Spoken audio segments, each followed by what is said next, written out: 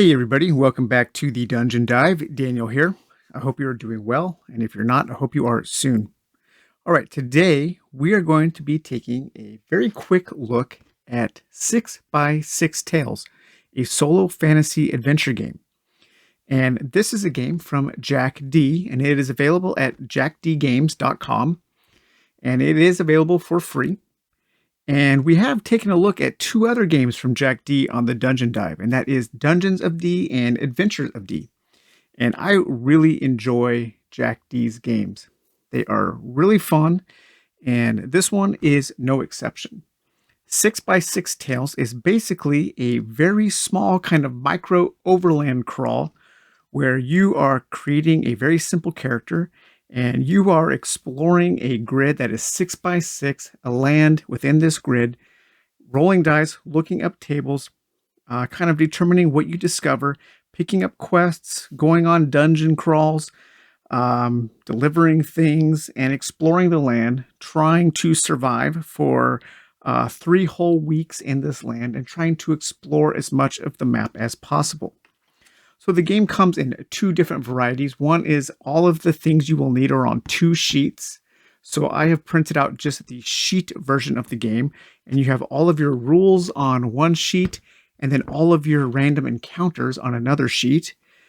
There is also a way that you can print the game where you can fold it and cut it into little tiny micro books. But I found just printing out the sheets and then laminating them was just easier to use. So all you need is that, and then you need this adventure sheet here, and this is the journal. So in the journal, you have your character here. I am playing as this guy named Harlan. I am a human. Right now, my attack value is 2, so I get to add 2 to my attack rolls when I'm fighting monsters. My damage value is 2, so I do 2 damage when I successfully attack a monster. My speed is 2. That lets me move 2 squares as I am exploring the land. I have a 0 for poison, which means I am not poisoned. You either are or aren't poisoned in the game. I have 4 maximum hit points. My current HP is 4. And right now I have 0 gold and 0 fame. Then we have the grid, and it's a 6 by 6 grid. So whenever you have to roll to determine a random square on the map, you're going to roll 2d6. And here I have the blue as the columns and the pink as the rows. So I could roll 21 and then 2 and 1. That would be the random square that I rolled. And when you are exploring the land, when you move into a new square, you're going to roll to see what kind of road it is and then what kind of terrain it is. And the road will make it easier to connect. Sometimes you may not be able to explore the whole map just because of the random way that the roads are determined. And then the terrain, sometimes certain things will happen in certain terrain. Then you have a backpack. The main thing you're going to be keeping in your backpack are a number of scrolls. Right now, I have a quest to deliver 2 scrolls to Square E to this event E22. And right now, I am in this mountain region here. So all I need to do is head south to go into this region to complete that quest. Here we have a quest chart here, and this is where we can keep track of all of our quests that we have. We can get quests at our starting castle, or we can also pick up quests in villages. Each of the quest giving squares, you can only have 1 quest from each at a time. So right now I have a quest from my castle, and that is the quest to deliver 2 scrolls. I also have a quest from this village, and that is to defeat a vet monster. And I want to defeat that monster at E19. So probably after I drop off these scrolls, I'm going to try to head up to E19 to defeat a monster there. I also have learned a rumor about this lake that exists over here. And when I go to that lake, I can read encounter number 20. Here we have our day tracker. And here we can keep track of the day it is, which square we ended up. I haven't been keeping track of that. That is a way that you could kind of save your game, I guess. So, my end square right now is I am at 4, 5. So I could write here I am at 4, 5 at the end of the 5th day of the first week. Certain days you will also have events that you have to do on that day. Then here we have our fight. So this is where we keep track of our fights. So far, I have fought a pink slime and defeated it. I have fought a giant rat and escaped from it. I have fought another pink slime and defeated it, and a goblin and defeated the goblin. There are also dungeon crawls, little dungeon crawls that you roll up on a chart to figure out what kind of dungeon you're going in and what kind of things happen in the dungeon. And then you also have here, you have a way to tally up your score at the end, depending on your fame, how many quests you've solved, how much gold you have, your total fame, and then you can go for anywhere from being an unknown hero to a legendary hero. So yeah, it's pretty cool. It's a really chill game. It's a perfect, just kind of like relaxing game. I actually keep a copy of this at my work, and on a break, I will just roll up a couple turns and see what happens. So let's see what happens when I go down here to E22, because I want to head south to go into this square here in order to deliver those 2 scrolls. I have an antidote scroll and a dash scroll. So the first thing I want to do is I want to roll to see what kind of road and what kind of terrain this is. So blue is going to be for the road. Okay, so a 42. So a 4, we check our terrain legend there, and that is going to be a T-shaped road, and you can rotate that in any direction. So I think I am going to draw that like this, so I can continue over here to the west. And 2 on the terrain is a plane. So a plane gets all kinds of like little dots here. Okay, so E22, that is a plane, and the road is heading off to the east and to the south. This island, this is considered to be an island that is completely surrounded by water. Okay, so now I am at E22. So now I can take the rules chart here, the rule sheet, I can flip it over to my events, and I can find event 22 to read that. Quest, bring 2 scrolls. Resolve only if you have at least 2 scrolls. I do. You can give any 2 scrolls. Okay, so I'm going to cross out those 2 scrolls there. You gain 4 gold and a treasure. Erase this event on this square. Okay, so we have solved that quest. That event no longer exists. And then I also get 4 gold. Okay, so I'm going to write 4 gold here. And I get a treasure. And the treasure is at event 03. So I'm going to roll 2d6 to determine what kind of treasure I get. 11. So let's see, or 2, I'm sorry. I was reading as a d66. 2, okay, pretty bad here. I only got 1 gold. But that's okay. I am up to 5 gold now.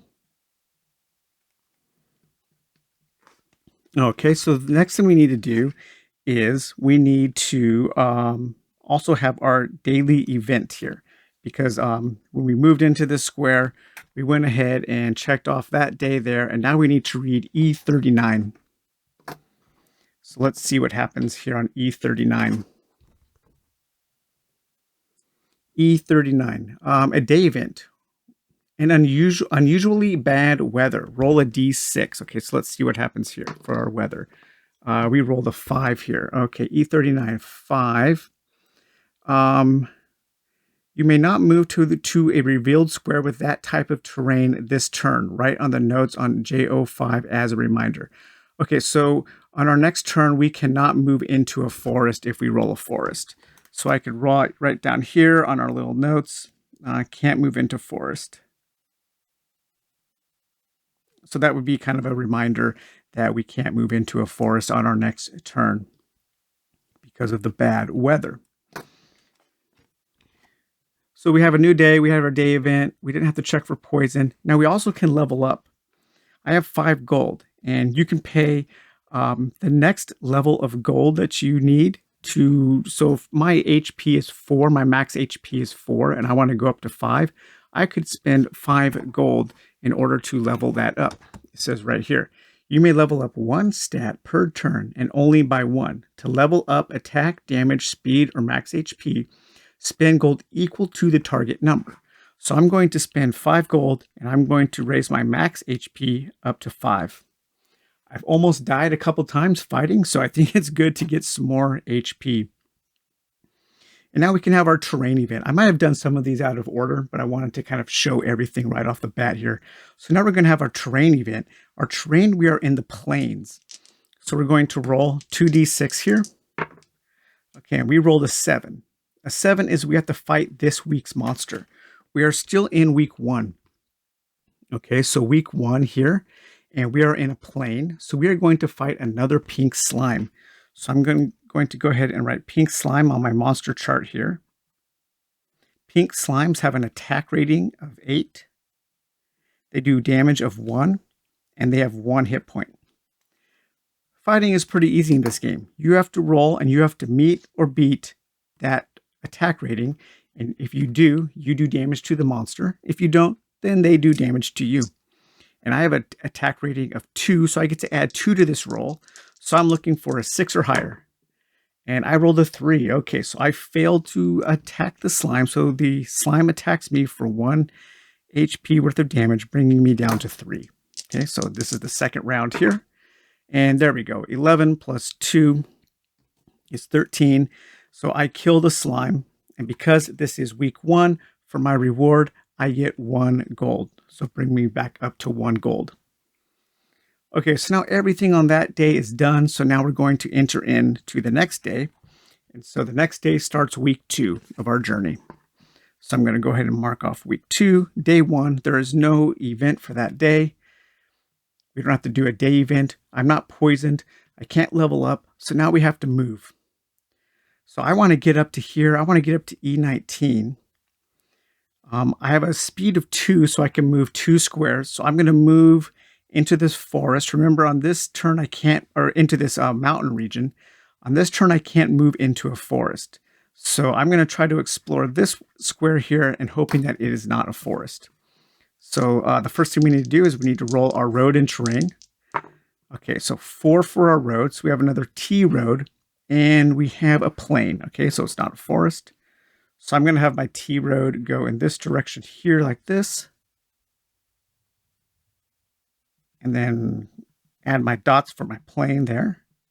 Okay, so now we are now in square 4, 4. So I can write that down in case we need it. And now I have to roll my terrain event. Let's see what happens here. 6. All right. So once again, fight this week's monster. I've been fighting a lot of monsters, but of course, a 5 to 7, you have a pretty good chance of fighting a monster.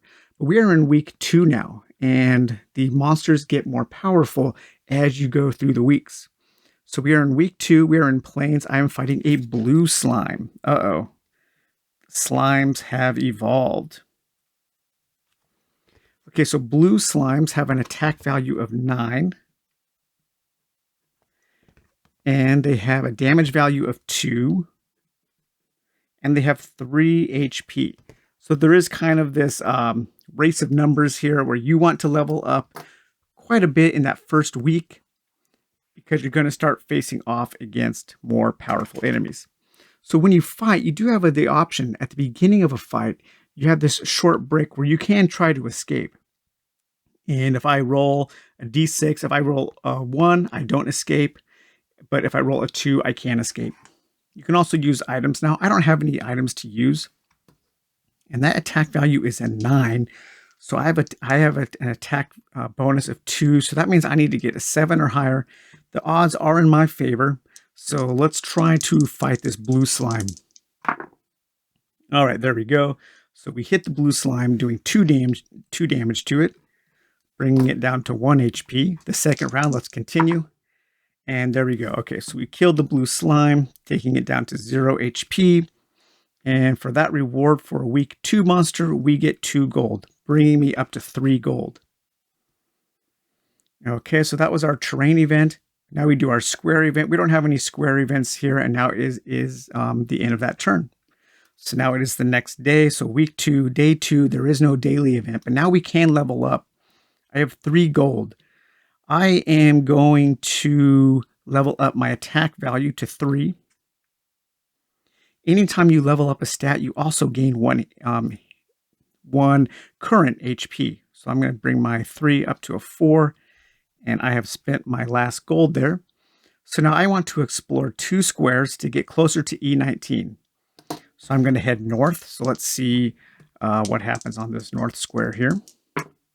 It's at 22, so a 2, it's a crossroads, and it is a plane again, okay?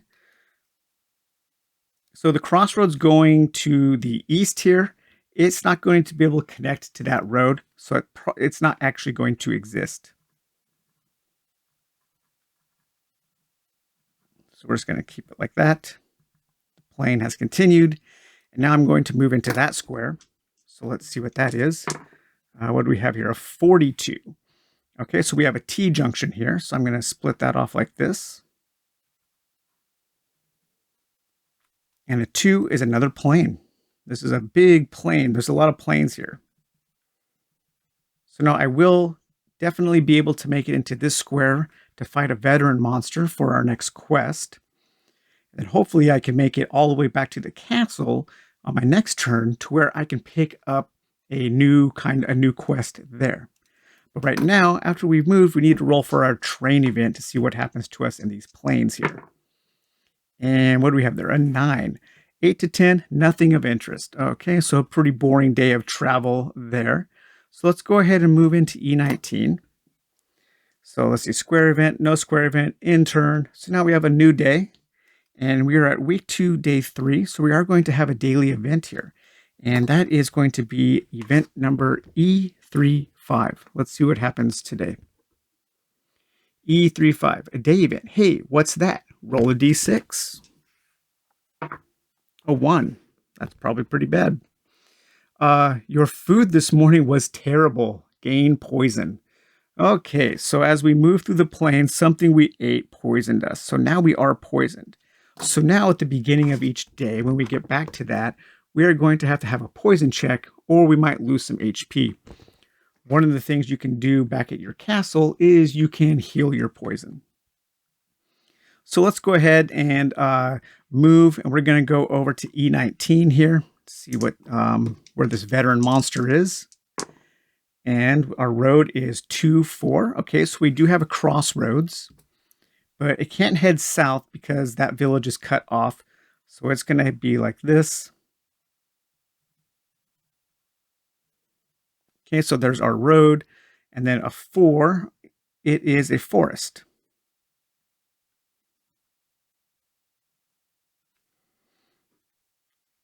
Okay, and so we are at 5-2, just keep track of that.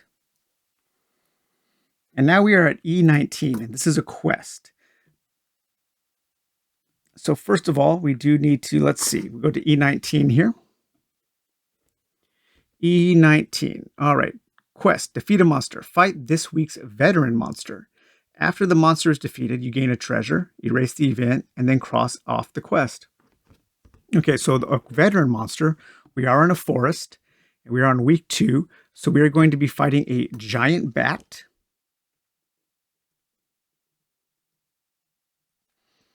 Okay, the giant bat has an attack value of 10. Ouch.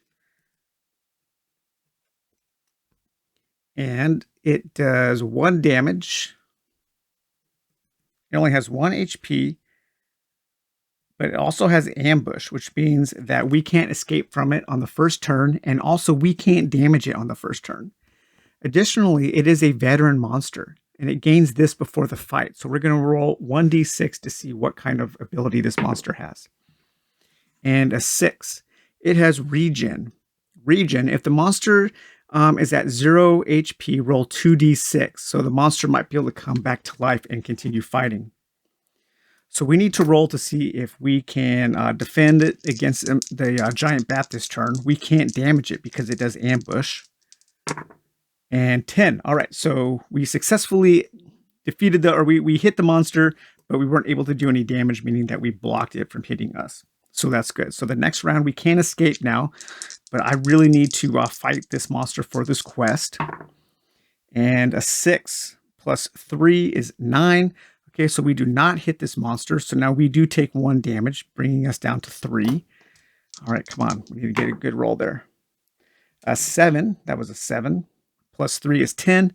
We hit the monster. We do 1 point of damage, but now it has regen. So if the monster is HP is 0 or less, roll 2d6. On a 4 to a 6, the monster regens 1 HP. A 3. Ooh, okay. All right. So we killed the giant rat or the giant bat. And so what do we get for that? We also get, because it was a fight here, we do gain, I believe we gain the weekly reward and also the bonus award for the quest. So if that was a monster in week 2, I'm pretty sure. That may be wrong, but I gained 2 gold. And then we were at E19 here. Okay, E19. After the monster is defeated, you gain a treasure. So let's roll on our treasure chart here. That is the worst treasure rolls. I keep rolling for 1 gold. You can get all kinds of different things, but nope. Just gold there. All right, so 3. And then what else do we do here? And then we're going to mark off that quest. So we've solved another quest, and then that location no longer exists anymore.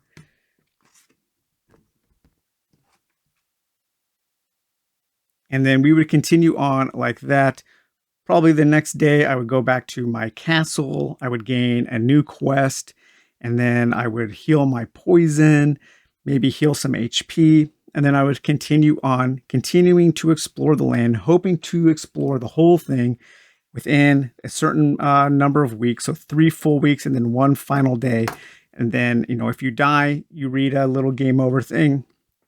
If you make it to the end of your journey, you read a little game over thing, you tally up your score, and you figure out what kind of hero you are. This is a really fun game. It's very simple. You are just rolling dice and seeing what happens, but I really like those kinds of games. This reminds me of even like a even smaller, more compact Expedition to Skull Island, which I just looked at.